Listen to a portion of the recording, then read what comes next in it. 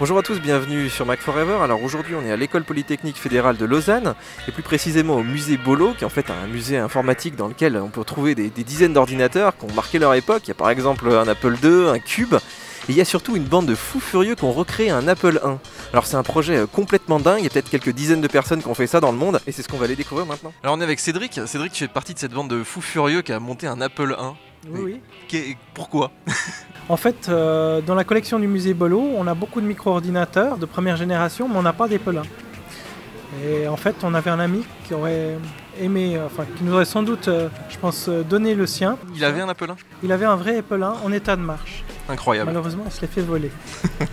Et puis de fil en aiguille, on s'est dit, on va faire un Apple I, une réplique d'un Apple I, parce qu'on n'en a pas. Puis on va le faire fonctionnel, on va le faire à l'identique, fonctionnel. Comme ça, on pourra le montrer aux visiteurs. Alors aujourd'hui, si on veut faire un Apple I, déjà est-ce qu'on peut le faire à l'échelle individuelle? Alors on peut le faire, mais il faut un certain nombre de compétences. Et puis ça passe de l'électronique des écrans à tube cathodique jusqu'à celle de l'électronique de la logique des années 70. Donc en fait vous êtes plus des électroniciens que des ingénieurs logiciels en oui, informatique. Alors tout à fait, oui. Alors qu'est-ce qui est le plus compliqué à faire? Il faut trouver la carte mère, il faut trouver les composants, comment ça se passe? Alors pour la carte mère, là, on savait qu'il y avait déjà des gens qui avaient fait une réplique relativement fidèle de l'original. Et puis tous les détails ont été soignés. Donc ça va de la police de caractère, de la sérigraphie. Donc on a dit, on prend sa carte de base parce qu'elle est vraiment bien. Après il y a les composants. Alors les composants c'est une autre paire de manches. Parce que un vrai Apple I, il a des composants de la société Synetics qui a complètement disparu. Et donc c'est des composants des années 70. Mettre la main sur les composants comme ça prend un certain temps. Il faut compter 1 année, 2 ans, jusqu'à ce qu'on ait tout le jeu de composants. Qu'est-ce qui a été le plus compliqué dans ce projet? Alors après, une fois qu'on a toutes les pièces, c'est d'assembler la machine, ça va encore. Le plus compliqué... Même si les circuits sont faux, tu m'as dit. Alors il y a des circuits qui sont défectueux, oui, tout à fait. Donc comment c'est pas dans quelles conditions elles ont été stockées, les composants, il y en a certains qui sont défectueux. Donc, et pour pas vous aider, il y a aussi des schémas qui sont faux.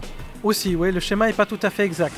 Donc on a plusieurs difficultés quand même à franchir pour avoir une machine fonctionnelle. Est-ce qu'on peut imaginer que dans 10 ans, on puisse plus faire un Apple I?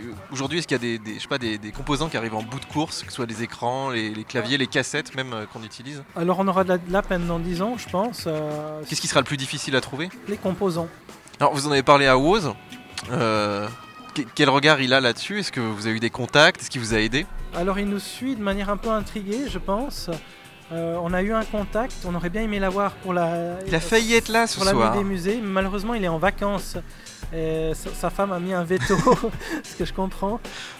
Mais il nous suit de très près parce qu'il trouve ça l'amuse ce qu'on fait, je pense. Il nous suit de très près. Woz, si tu nous regardes, il faut venir. Il faut venir au musée Bolo.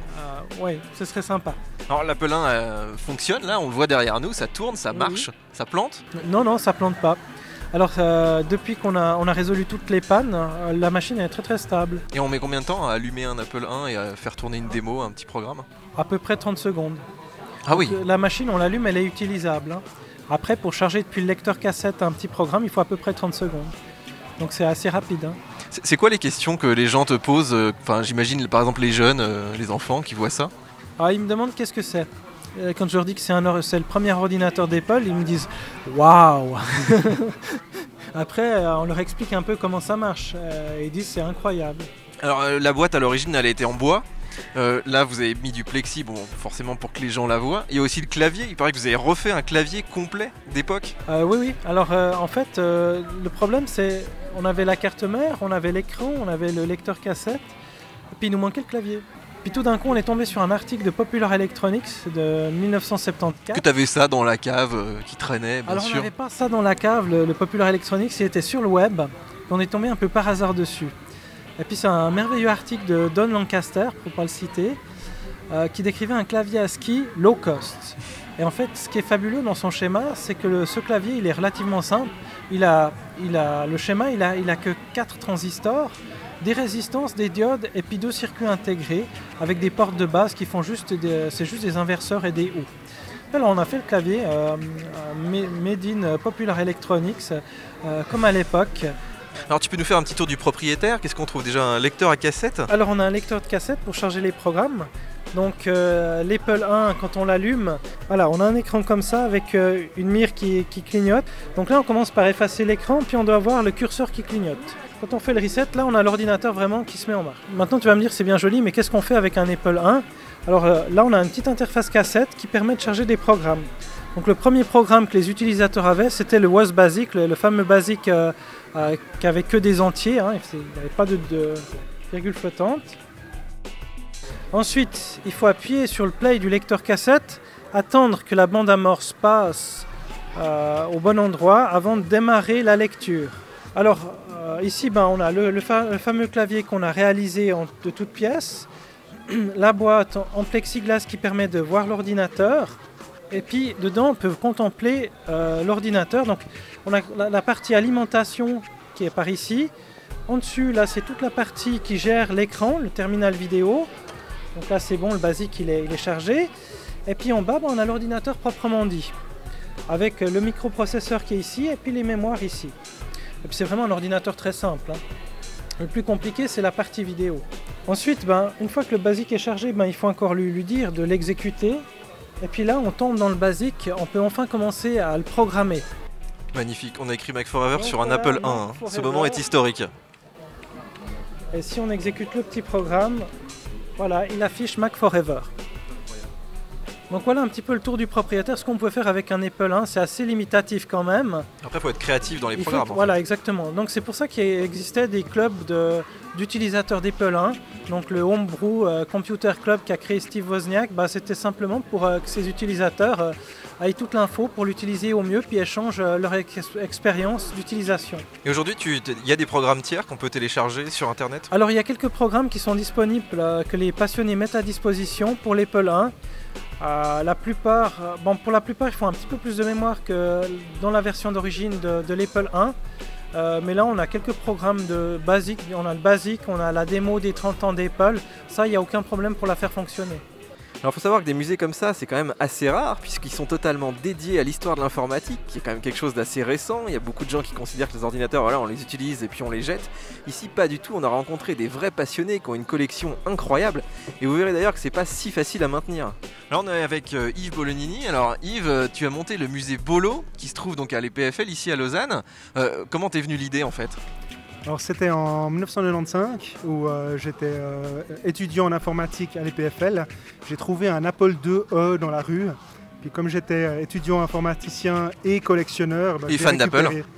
Fan d'Apple, pas tout à fait, mais je suis devenu après. Et alors après, l'EPFL t'a accueilli et t'a permis en fait de monter ce musée qui est aujourd'hui incroyable, hein. Il y a une collection de machines hallucinantes. Comment ça se passe? C'est gratuit? Est-ce que tu es hébergé gratuitement? Est-ce que tu fais payer l'entrée? Alors donc, comme c'est un espace qui est ouvert, on n'a pas de porte fermée à clé. Donc effectivement, on ne peut pas faire payer les entrées.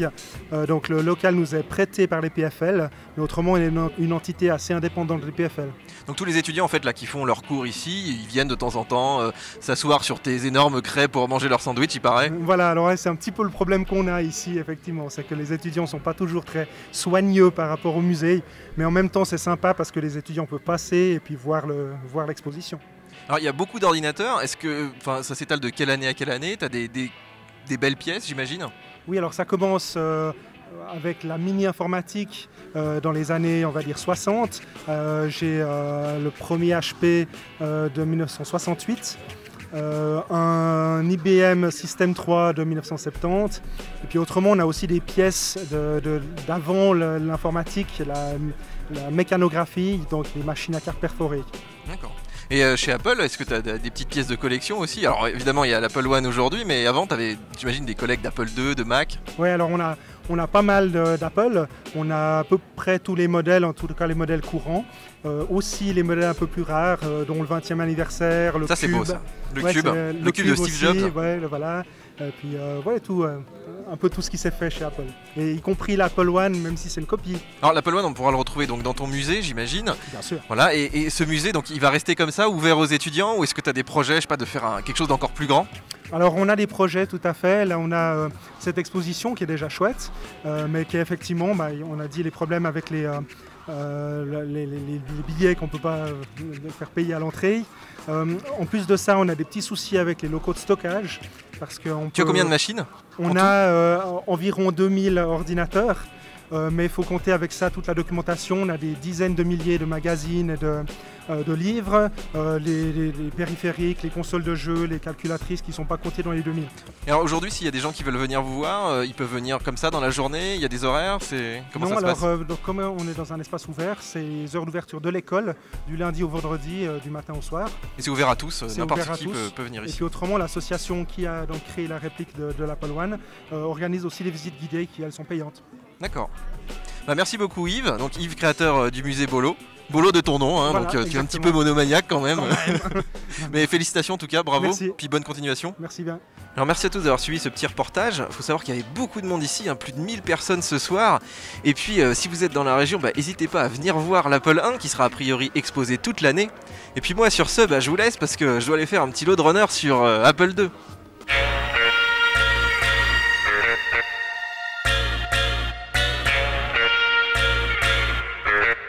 Alors nous on se retrouve sur Mac Forever. En attendant, n'oubliez pas de liker la vidéo et de vous abonner en cliquant sur l'Apple 2.